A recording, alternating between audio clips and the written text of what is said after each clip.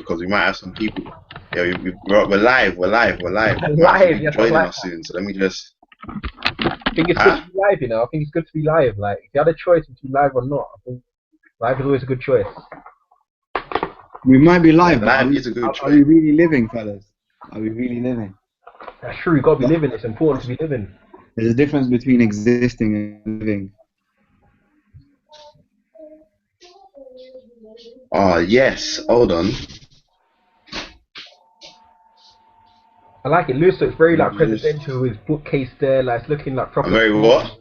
Looking very sturdy with a bookcase there, and like, you know what I'm saying? It's like. I don't know if your signal's. I don't know if your signal's doing well on that side. Oh, is it not? Or can you not hear me properly? Kesh, you wanna comment on Kayode's signal? It's fine for me, bro. Oh, maybe it's mine then. Yeah, Cap's signal's not too strong.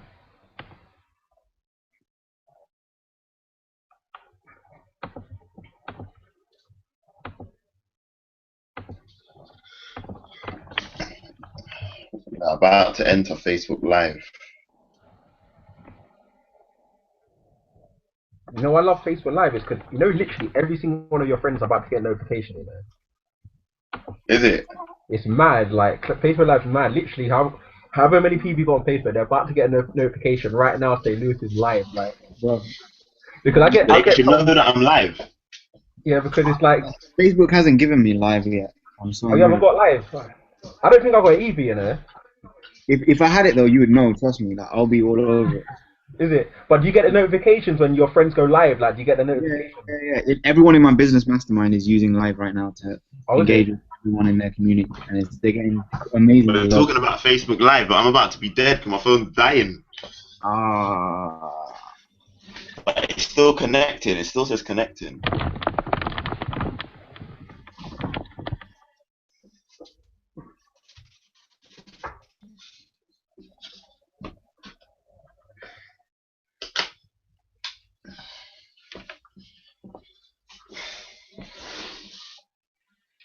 Yo, Lewis, you ready for your video? Yeah, come on. If you don't ever know what's coming, boy. Oh, they're saying my signal isn't strong enough. Let me 4G it.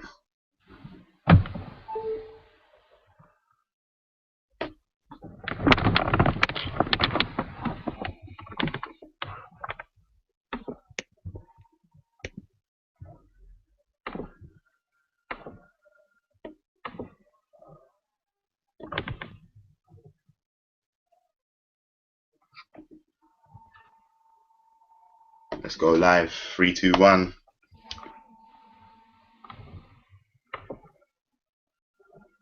Here we go. I am about to catch up with these two legends, absolute legends. Yes, we got Kayode Damali and Keshav Bhatt. Say hello, lads. Say hello. Say hello. Yeah, I'm excited, man. I'm good. I'm excited. Hey, fantastic. Thank you. Obviously, thank you. No, thank you guys for your time. You know what I'm saying? Thank you guys for your time. As we know, it's a Thursday evening. All of us being the young, independent, entrepreneurial, game-changing change makers that we are. We've got so many different things that we could be doing right now. So I appreciate you guys making the time. Anybody that's watching, and I hope there are quite a few of you that are watching, essentially what we wanted to do here was just essentially be able to catch up with these two absolute legends because of just the range of experience that they've got when it comes to being able to empower and unify communities. Do you know what I mean? Like they're some of the best in the game that I've met personally when it comes to being able to do so. And because I've got the event coming up this Saturday, which some of you may have seen us posting on Facebook already, From Unit to Unity, how to harness the true power of a community. So the backstory behind that, essentially, I remember it sounds funny, but I was actually just going for a run one day in February. Was it February or March? No, it was March. It was March. I was going for a run in March, and I was just running. I said, you know what? I do all these different things around youth and community empowerment and education and that up and down the country. When last did I do something on the ground in a local community? Haven't done it for a while. That's it. Need to do it. Let's crack on. And well, Saturday, come 5 o'clock, the rest will be history. We'll see how it goes. We've got some amazing speakers. international speakers that are going to be talking about some seriously hardcore topics, which I want to get these guys' views on in a minute. But first and foremost, let me introduce my two amazing guests. So we've got Kayode Damali there, fiddling around, doing a lot of different things. Probably needs to stop that now. So Kayode Damali, who of course, as most people know as already, is an international speaker, as well as trainer and entrepreneur. His main focus tends to be on the student movement and young people, just simply because of the amazing story he has, which in a nutshell cleared into university. So literally just about got into university. 3 years later, not only did he graduate with a first-class honors degree in the psychology of sport and exercise science, he also managed to have his dissertation be published in an official journal article, which for some people don't even get their investigations published when they're full-time researchers, but he managed to do it for just his dissertation, which is amazing, and then went on to become vice president of the Students' Union, a trustee of the Students' Union, a governor at the university, and a director at the NUS. So a massive journey for him. And of course at the moment runs an events management company. So moving on to Keshav as well. Now, this guy, it's funny, I'm going to let you guys in on a little secret. So I was saying to Keshav earlier, like, yo, I want to release a bio online for you. I was like, what do you want me to write? And he was like, write anything you want. I wrote it, and then he said, oh, you can take out the bit about success coach and like trainer and stuff, and just put like, businessman and philanthropist, didn't it? He's like, I'm on them levels now. I was like, oh, say nothing, bro. But if anyone doesn't know about Revolution Hive, that is Keshav's brand. And Keshav, although he runs the side of it, which is all about being able to get the most, he ran away. Look, he's all popped out the call and that. Hopefully he'll come back in. But that is all about being able to develop professionals into being the best versions of themselves that they can be, and to be able to achieve the most amount of success that they can achieve. So that is one side of the Revolution Hive community. Then also he's got the side about creating the next generation of social reformers.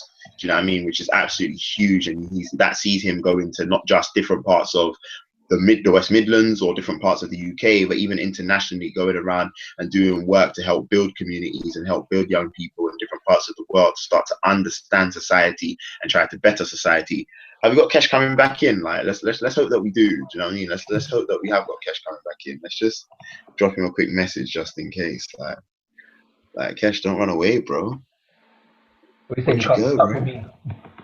Huh? We think you can't be stuck with me. No, we love you to bits, Cod, but we love you to bits, but it's a bit messy. I won't lie to you, mate. Yeah? Let's see if we can get Kesh back in. Hold on. Let's just say, bro, where are ya? The edification was too strong, blood. You have to just run away. The edification was too much. The edification was too strong. Yeah. Well, that's it then. So, anyway, have I not posted that already? Cool. Anyway, so I think Kesh may have dropped out. But anyway, let's get started with yourself, Kayode. So, I mean, first and foremost, you've been invited to obviously do a piece. We won't reveal too much about what that is, or will we? Do you want to give the guys a little bit of a sneak preview as to what you might be sharing with us on Saturday at the event? I mean, I'd like to, save it to the day. I mean, if people want to see it, they just got to come to the event to experience not just my piece. They've got to experience the whole event holistically. But what I'm going to be talking about in my piece is that just the importance of a community and what it means and what the consequences of not being part of a community. So just along them lines. But if people do want to hear the whole piece, then definitely come along to Saturday to hear it all and hear the other speakers. That's interesting. So what inspired that for you? I mean, and where did you sort of be able to take the inspiration for some of the creative content that you've been able to put together there? I started doing some spoken word pieces, I'll say maybe 2014. And I had to make I made a decision one day. It's like whenever I get an idea to do something now, it's just to do it. Just to do it. So I started doing pieces just 1 minute long. I'll call it Got a Minute. Just nice, concise, and powerful, just straight to the point. So when it came to thinking about this piece for Saturday, I went back to what my roots in 2014 and what worked since then. It's like, right, just short, sharp points to a message. So it's literally a short, intense message covering them points of community and again the consequence of not being part of one. Fantastic, love that. Okay, that's interesting. So we're going to be getting a spoken word piece out of Kayode, which is fantastic. But I mean, of course, Kayode, someone like yourself, you could easily have been one of our as well, but it just so happened that you chose to want to do a spoken word piece, and I know that for roles, you know what I mean, because you're a multi-talented individual. But I mean, let's looking at that concept of community then. I mean, the whole thing behind the event and why I wanted to do it was looking at, of course, we want to try and create powerful and empowered communities, but we need to first of all empower individuals to be able to do that. Oh, Kesh is back, fantastic. Yo. He has joined us. Do you know what I mean? Sometimes what happens is angels, they fly into heaven, they got to do some chores, and then they come back down. So Kesh just quickly had stuff out there with the big man upstairs. So Kesh, good to have you back, bro. Good to have you back. Yeah, man. Sorry about that, mate. Something. Yeah, on that topic, I guess I'll open up this. Say that again, bro. I was just saying my internet, but yeah, hit me with your question, man. I think his signal's a bit funny, but we'll hope that his signal improves as the call No, goes on. it's fine. But I mean, I'll open up this question to the two. Oh, then maybe it's just me then, isn't it? Yeah.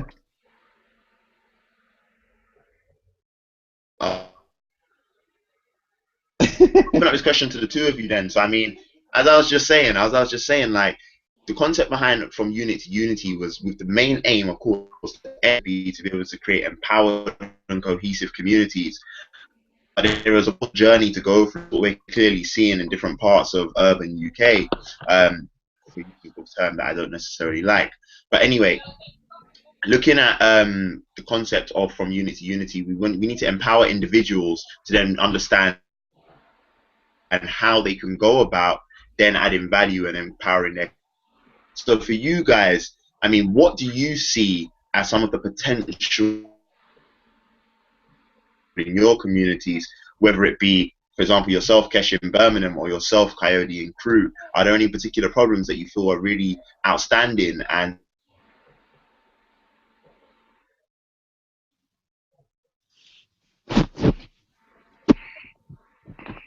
Have we lost him? No, I'm still here, man. Absolutely frozen.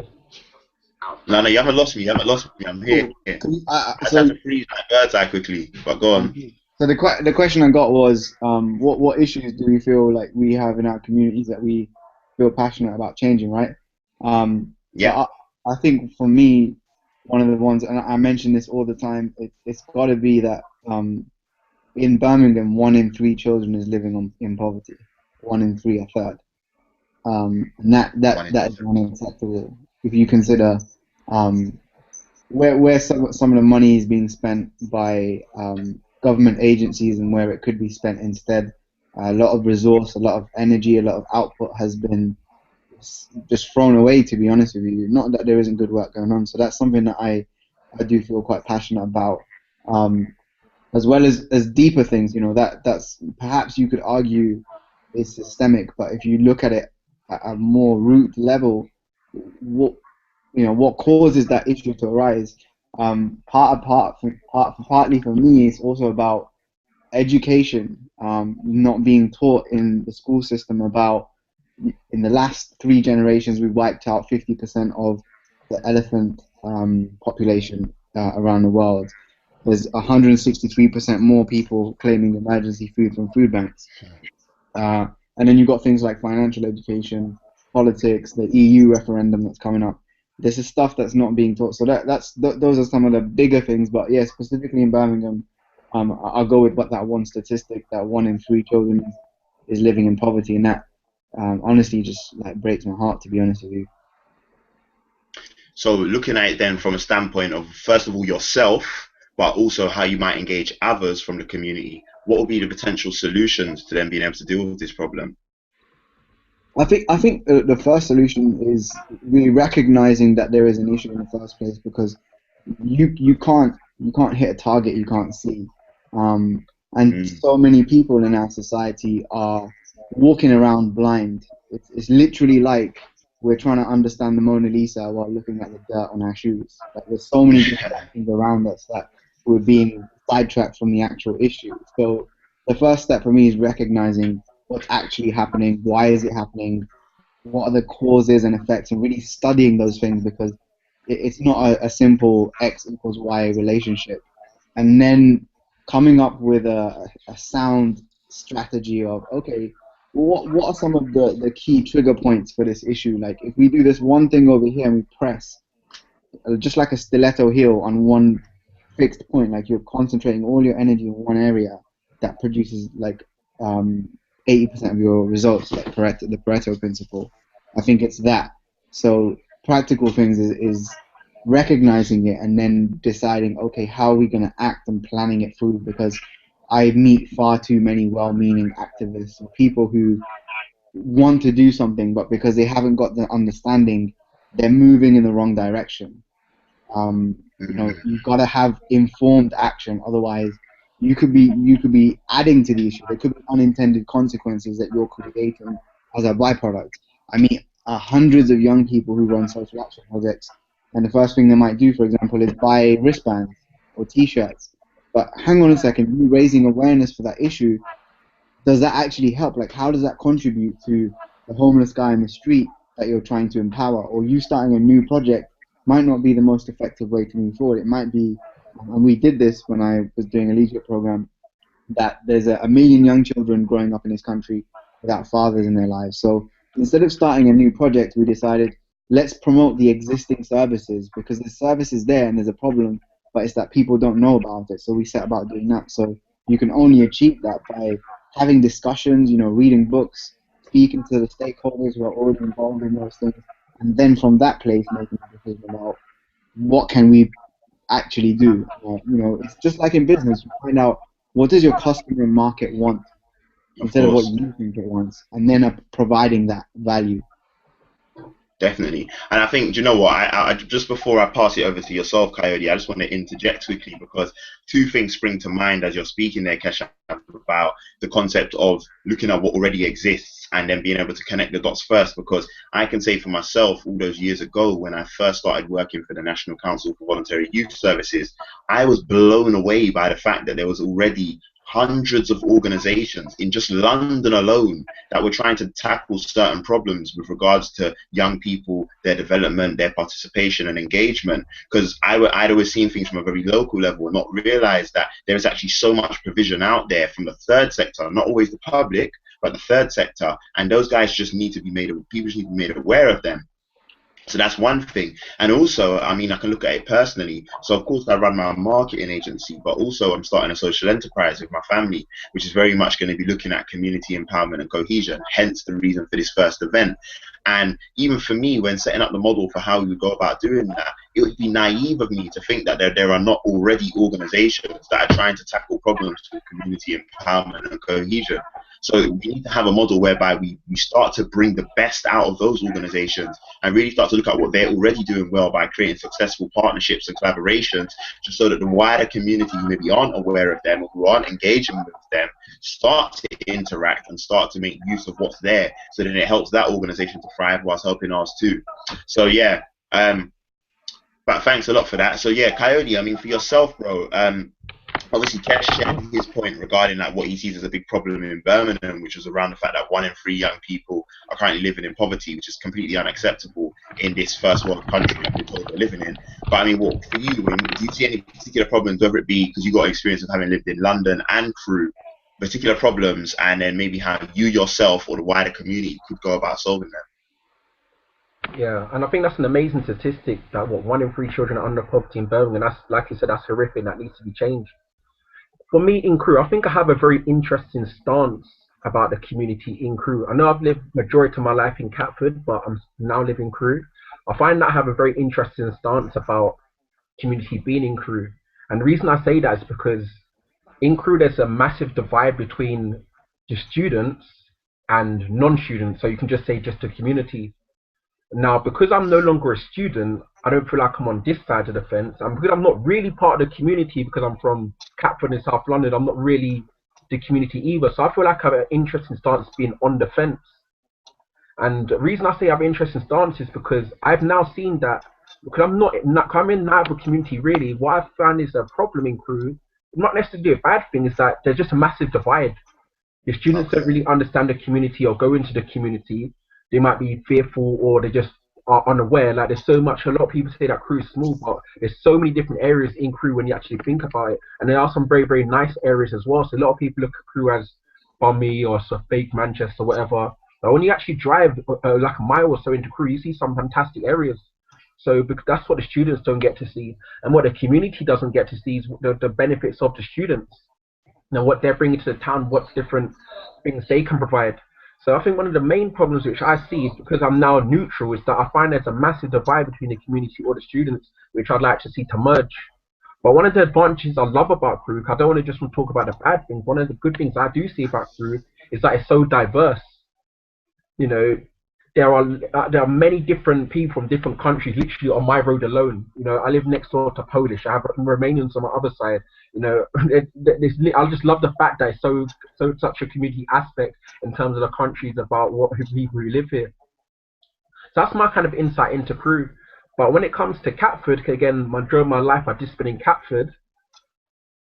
I think. Well, we have got some people from up and down the country on here. So just so they know, Catford is actually in southeast London. Just so people know that. Okay, yeah. Go on. So now thinking about Catford in southeast London, I mean, even though I live in Crewe, my heart still beats for Catford. I'm Catford through and through. It's like growing up, I'm passionate for Catford. So for me, it really, really upsets me when it's not going right. And what I think one of the problems in Catford is, in fact, you know what? I don't think it's changed either. We're all in our 20s now, but I still think it might even be worse than what it used to be when I was 18 or younger. And I think one of the major things is the provision for the young people.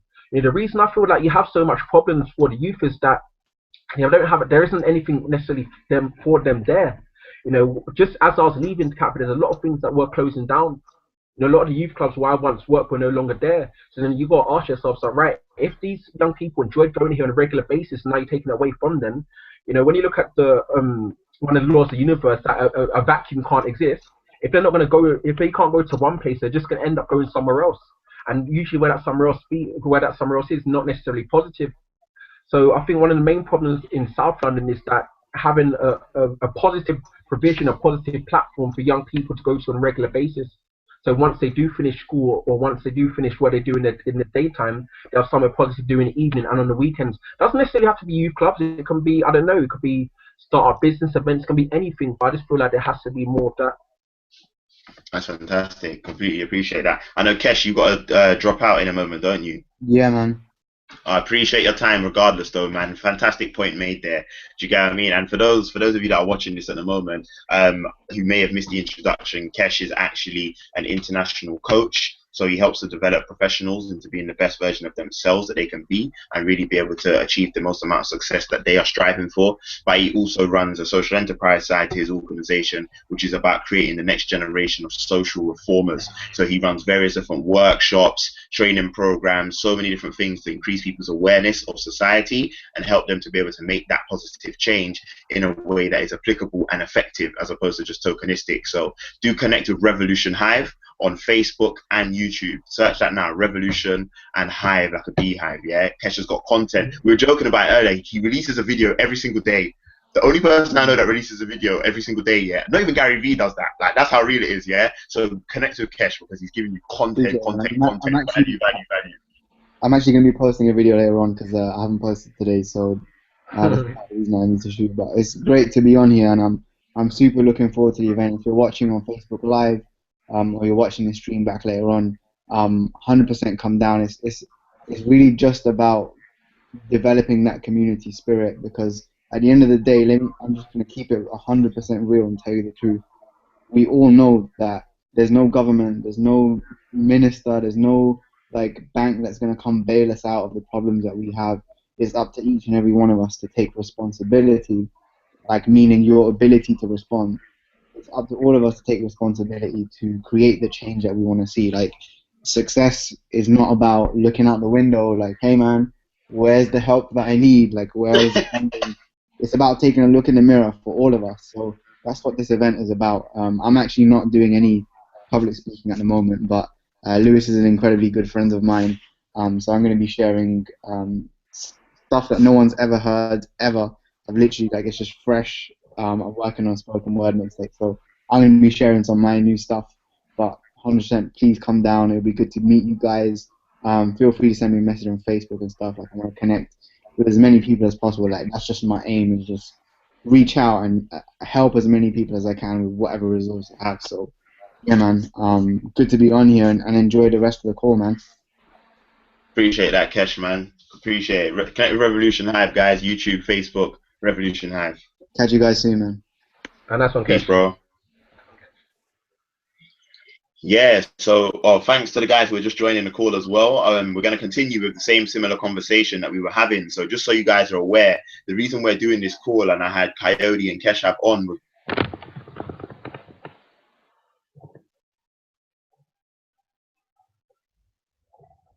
the true power of a community.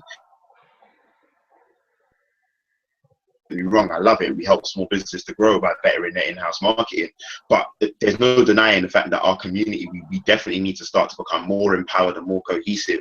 Not to say that there are not people doing fantastic things already, but it's just about how can we bring it together and how can we make it.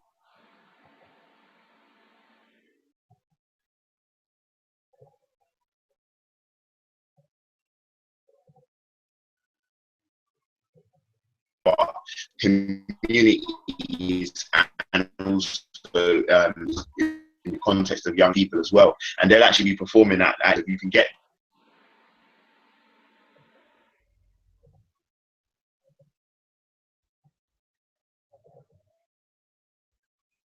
So Lou, I keep losing you. I don't know if you're still there.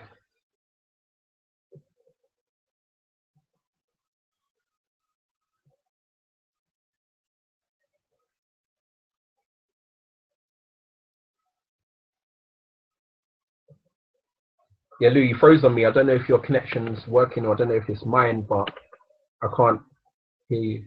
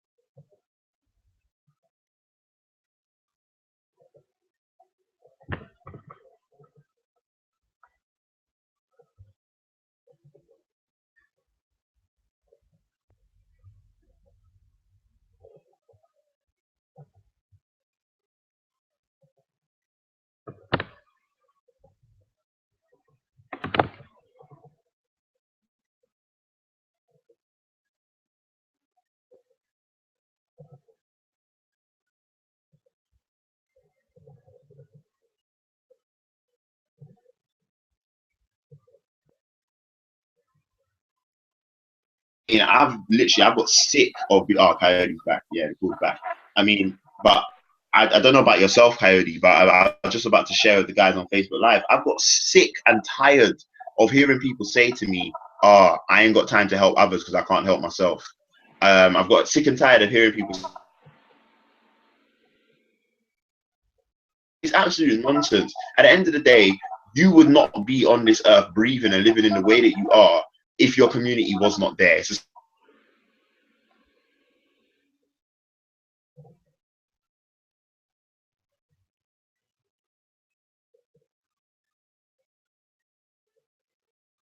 the fact that most of the people on this call, I guarantee, when they wake up in the morning, they'll have a roof over their head, food in the fridge, running water. By just having those essentials, you're in the top 12% of people in the world. The top 12% of people in the world, just because you've got those essentials. 88% of people don't have that luxury. So we have to, what can I do to give back and not only make the community better that I live in now, but also for generations to come. So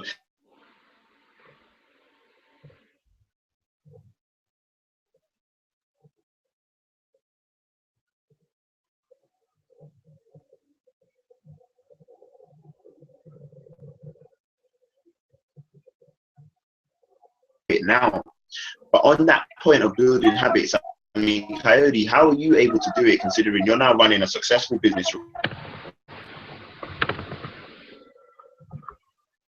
No, I can't hear you properly. If you type, maybe if you type the question into the box and then I'll answer it. I think it's working fine on live, but on here I can't. It just keeps cutting up. Maybe if you type the question in the group chat, then I'll just answer it there. And I'll just answer it talking.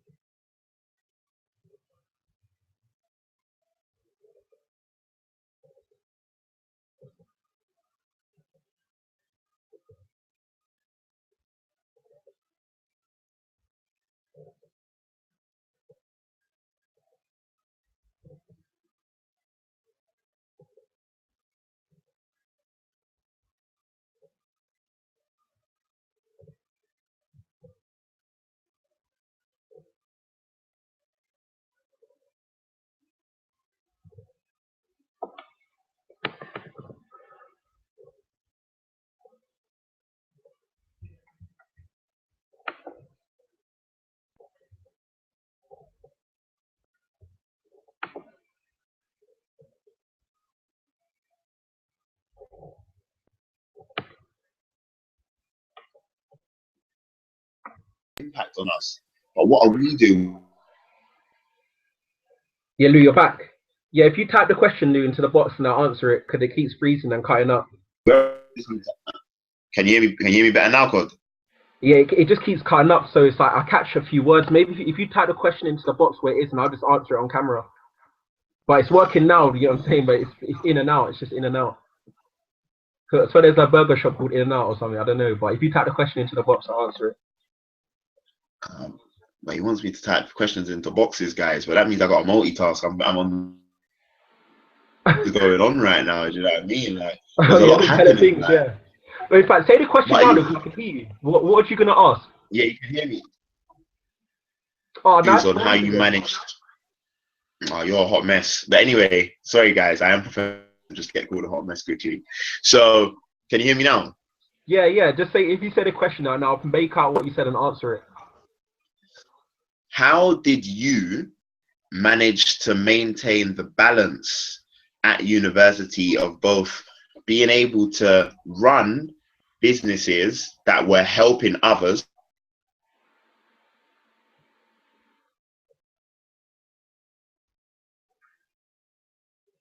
be able to do philanthropic and activism and voluntary work as well, that you knew was going to be a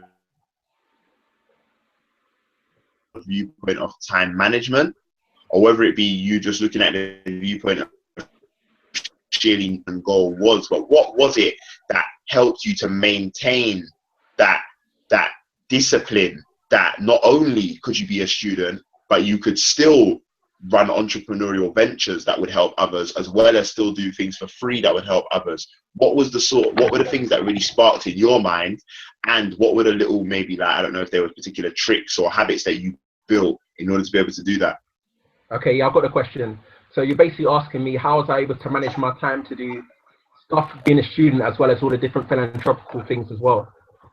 Okay, so yeah, I think one of the first things to answer that question is that when you begin to realize you're doing something not just for yourself, but for other people, when you realize that there's other people dependent on you, it makes things so much more easier, makes you more driven to do it.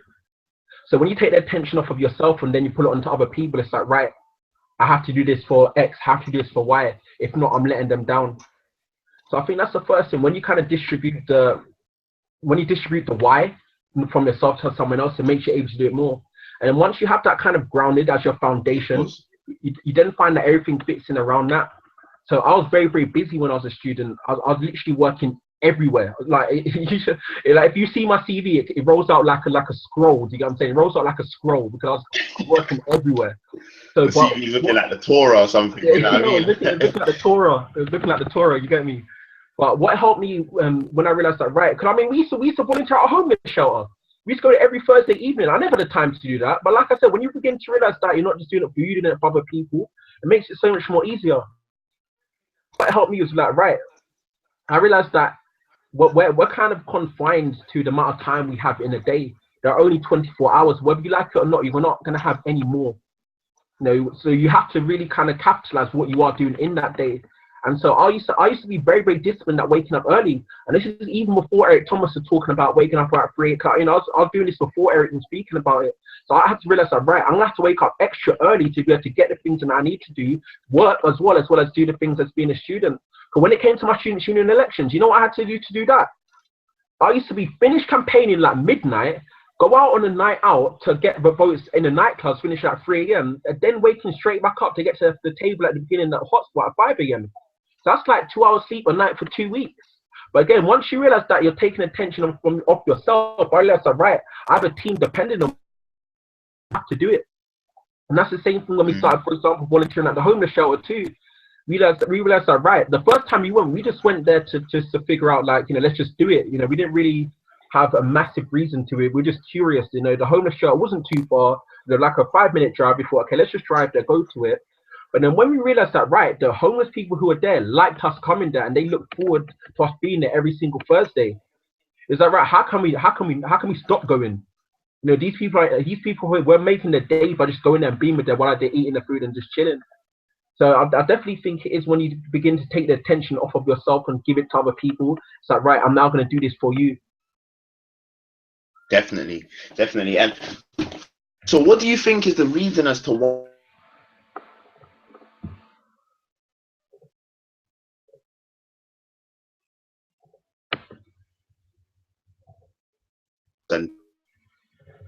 Wait, say that again, Lou. I got you as what is the reason?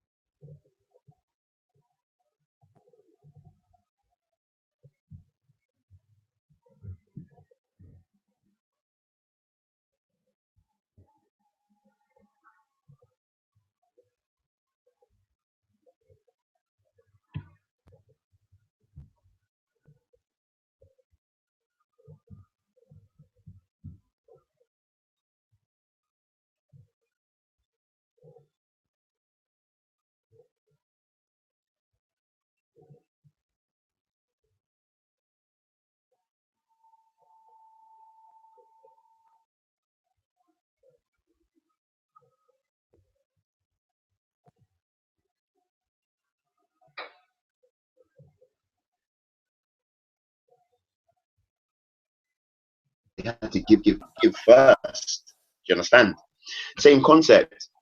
Yeah, So Lou. the second, yeah, you're back. Yeah, Yeah. fantastic. So, Cod, what I was basically just saying there was that I was asking you, what do you think are some of the reasons, the influences, determinants as to why we've been brought up in communities and or a society whereby we feel as if we have to be so self-centered and selfish before we think about giving. And before you answer, I'll just sharing with the guys that are on the call now, basically that we some of the influences I've seen are things like trust nobody, it's a dog eat dog world, sort yourself out, little teachings like that, which do of course have some truth in it. But how on earth can you say that when there are so many other things that keep us alive? And so I was just giving two examples quickly. The first one was when I read Rich Dad Poor Dad, and the poor money was getting low. What he would do is try and count every single penny, try and save as much money as possible. Whilst the rich dad, whenever money was getting low for him, he was giving away more money. He was like, you know what, I've got to give it away, because he was then open to receiving whatever the God, universe, spirits, whatever it may be, were willing to give him in return for his good nature. And the other thing is, what I heard Jim Rohn say about wealth. Most people don't understand wealth is not about money. Wealth is about how much value you add to a market. So if you're not adding value to no one's market, you're not adding value to no one's life, you're not adding value to anyone's development, why do you deserve to receive anything? I always find it confusing when people go to work, do the bare minimum, and then ask for a pay rise. You've done the bare minimum, bro. Just because you've been there for 6 months, that is irrelevant. Yeah. You've done nothing for 6 months, so you don't deserve a pay rise. You're in there putting.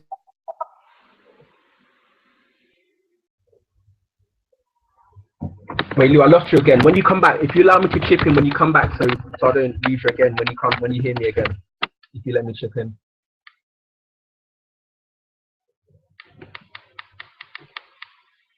More self-centered and or selfish. Lou? Can you hear me? They are. You can hear me, yeah?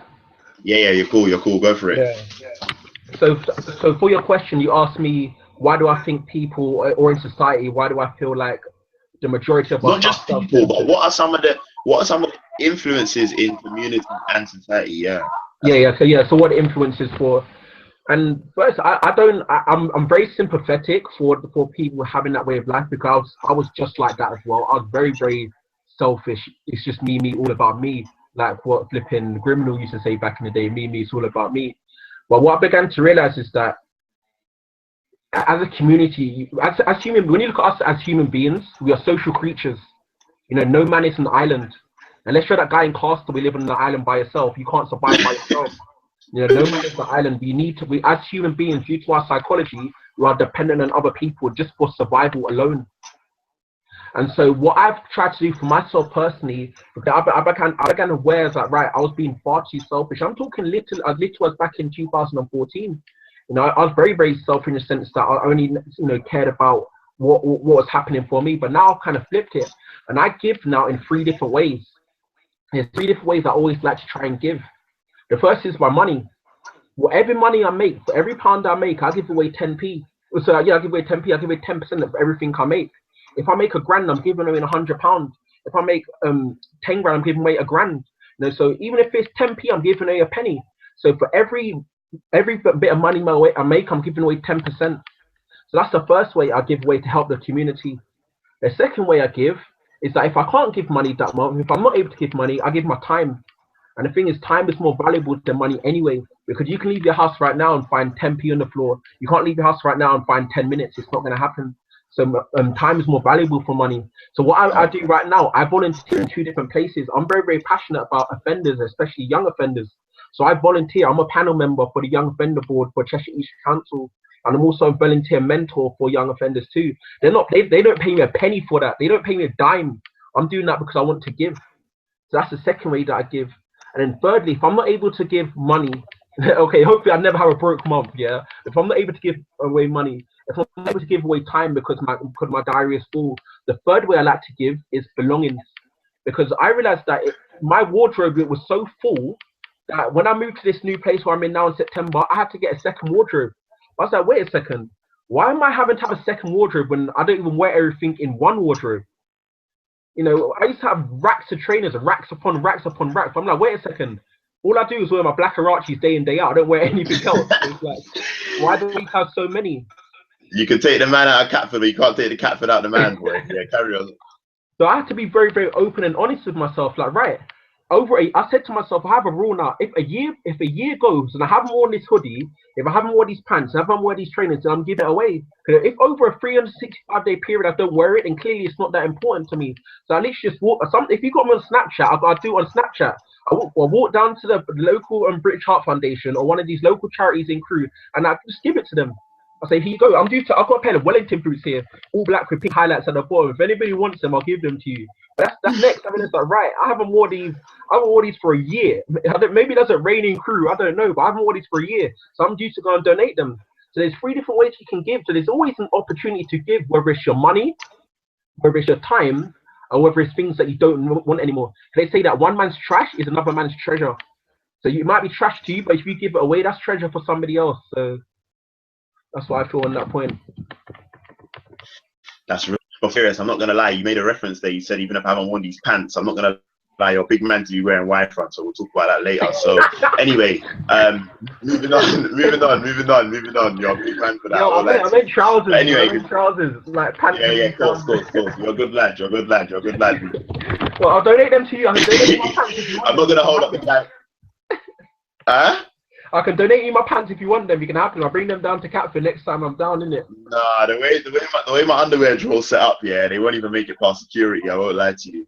But I think that's a powerful point though, Cod, because I think sometimes we forget that giving should be a natural part of every day. Right? And sometimes it's even just down to a smile, you know. Like, I'm not even gonna lie. Sometimes just walking on the road and just being safe to like smile at someone. You know what I mean? Like, that's a small thing to give away, and it sounds moist, and people can say what they like, but I don't really care, to be honest. But yeah, just something as simple as that is powerful. Do you know what I mean? Like, just showing someone like, yo, like, I want to have a good day.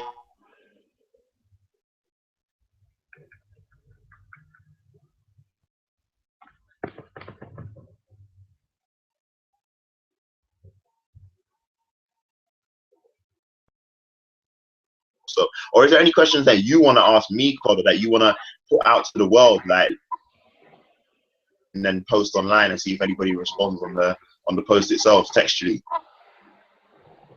So you said again. So you want, if I have a question for the audience? Either a question for the audience or a question for me. The audience, obviously, what we can do is get them to in comments when we finish the call. Either a question for me or for the audience. Okay.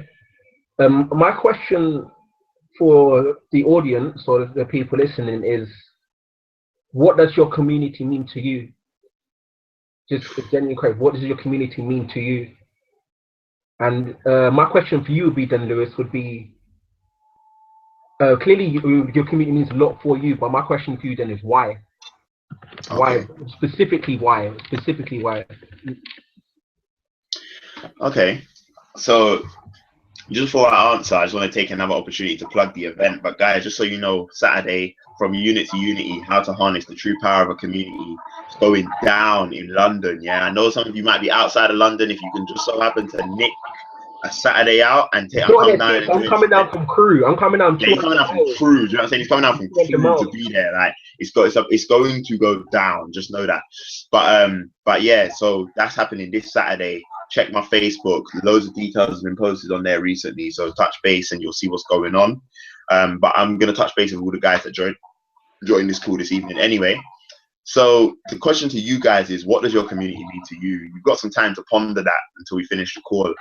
But my question that I've been asked by Kayode is, why does my community mean so much to me? There's a multitude of reasons, but I think the main things, so let's take the first one. The first one is a quote, yeah? And it's an African proverb that we've probably all heard now, but it takes a village to raise a child.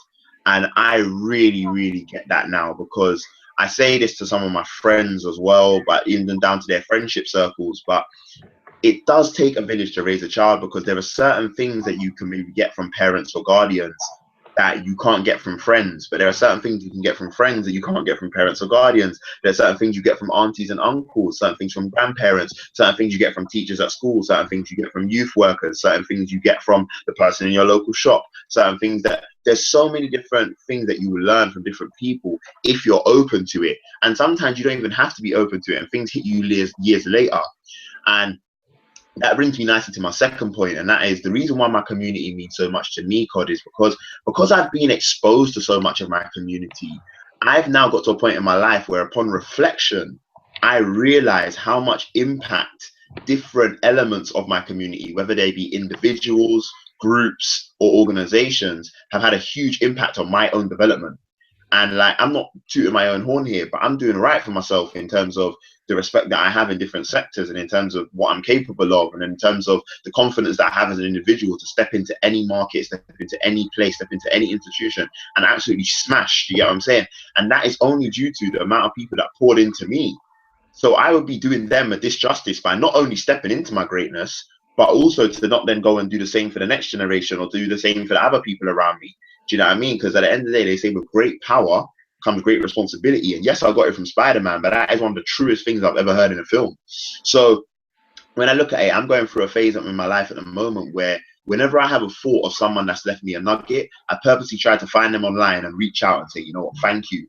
And the person I haven't done it with yet is my year 6 school teacher, because she said something to me when I was finishing school, and she said, yeah, like, the world is your oyster. And obviously at the time I'm thinking, what's she talking about, bro? Like, I know I gotta get an Oyster card to go into year 7 and absolutely crack on, but what's she talking about? Do you get what I'm saying? Like, what do you mean the world is your oyster? I only saw oyster from SpongeBob SquarePants. You get what I'm saying? Then it's only now I really realize, yo, like, the world is my oyster, you know, like, anything I want to do is mine. It's already mine. Like, it's not a case of I have to work for it. It's already mine. I've just got to now manifest it. And I think when you start to reflect on the people that had impacts on you, like, yo, like, I was thinking about it the other day and talking to my mum, like, after school club, like, the woman who ran our after school club was a genius in what she did with us. Like, I remember being in a reception and reading Lion, the Witch, and the Wardrobe, and people were like, yo, you can read. And I was like, yo, like, she put us in that situation where we now stepped out of our comfort zone and did that. Do you get what I mean? So when you start to look at the different people, groups, organizations that have had an impact on your development, it is now my duty to be able to uplift and empower the rest of the community, because someone else is going to be able to benefit from those different structures, groups, people in the same way that I did. So it would be selfish for me not to. Do you get what I'm saying? When you start to really reflect on the amount of people that have had an impact on you, and you look at, are you doing the same thing? Are you taking on board the responsibility of giving to your community in the same way that they gave to their community, which happened to touch you? That's so important, and we would be doing ourselves and doing our community and doing those people a disjustice if we didn't do that. Do you know what I mean? So that's why it's so important for me, man. And I think another reason is just simply down to, I don't read into all the hype. I mean, don't get me wrong. The fact that people are dying in our communities, the fact that people are going hungry, the fact that people are sick, the fact that these things are wrong. Of course, they tend to focus on that mainly when it comes to media, to keep us in a state of fear and to keep us in a state of hopelessness. But for me, I'm a rebel, bruv. I just like to go against the trends, innit? If someone says to me, don't do something because it's too dangerous, I'm like, I say nothing, I'm going to do that tomorrow. Do you get what I'm saying? That's how I am. So for me, that's why it's so important, because I don't understand how we've got people who are absolute geniuses coming out of our community and doing amazing things, and it's not spoken about. But then you've got people who, for example, do make a few wrong decisions, and that's what gets blasted all over, that to say that they're the only representative of our community. Of course not, because we've got people that are 6 years old taking GCSEs, bruv. 6 years old and you're taking GCSEs, all them little things there. Do you get what I'm saying? Like that don't make sense, but yet you don't want to show those things. You look at, for example, the girl who just won the NUS election, yeah? Like, look at the community she's representing. Those communities are not being shown in the light that she could be showing them in. This is why we have to start to do it ourselves, because clearly people don't want to do it for us. So we've got to start doing it. Do you know what I mean? So as much as, yes, a lot of my focus goes on accumulating great wealth for myself, and I want to be financially free and we want to be financially successful, but all of that can only come if it's in line with my own goals and visions of being able to make an impact on the world. And all of that will come. But along the way, you can be doing little things so you build the habits. Oh, wait, people always say, wow, when I'm rich, I'm going to give. But probably you're not going to give because you haven't built the habit of giving. So build the habit of giving now. So by the time when you get there, it's already a habit for you. You've already built the pipeline. Do you understand? So yeah, a long-winded answer to a question, but hopefully that helped, man. Yeah, it's cool. Yeah, it makes sense, definitely. Yeah. Fantastic, man. Do you wanna leave the guys with a little nugget from yourself, or whether it be something to do with empowering individuals or empowering communities? So in closing, I'd like to say that definitely try to come down to the event. Definitely do come if you can, if it's an option for you to be there. But if not, I understand, fair enough, but still at least try to think about your community in a different light from now, based on what you've heard from this hangout. So that's what I'd like to say in closing. Appreciate that, Cod, man. Appreciate that. So yeah, guys, definitely Saturday from Unit to Unity, how to harness the true power of a community is going to go down. Check my Facebook page, loads of details on there, videos, flyers, interact. I've got bios of all the speakers on there. Literally, this event, you miss it and you're absolutely crazy. That's how simple it is. You're just crazy to miss it. So yeah, all I can say at this point is thank you for tuning in. Obviously, my first time doing a Facebook Live. I'm feeling this right now. I can't lie. I don't know about you, Cod, but I'm feeling this Facebook Live. I'm feeling myself. I'm feeling myself right now. It might have become a weekly occurrence, so I'm not even going to lie to anyone.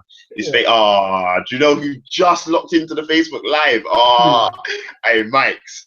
Rich, I got you, bro. Don't worry. We're going to talk after because he's the man. He just locked into the live now. At the end, I'm upset. But anyway, yeah, you can't see he's on it, but don't worry, we got some good people. Man, they might be talking about my hairline or something, man. I'd like to know who's there. No, that was the thing I was going to do in closing. Like, I asked you to leave a nugget as to what you think the guys that are watching now could get in terms of being able to empower their communities. And my nugget was, first and foremost, let's all make sure we don't have hairlines like Coyotes, because right now that's a hot mess.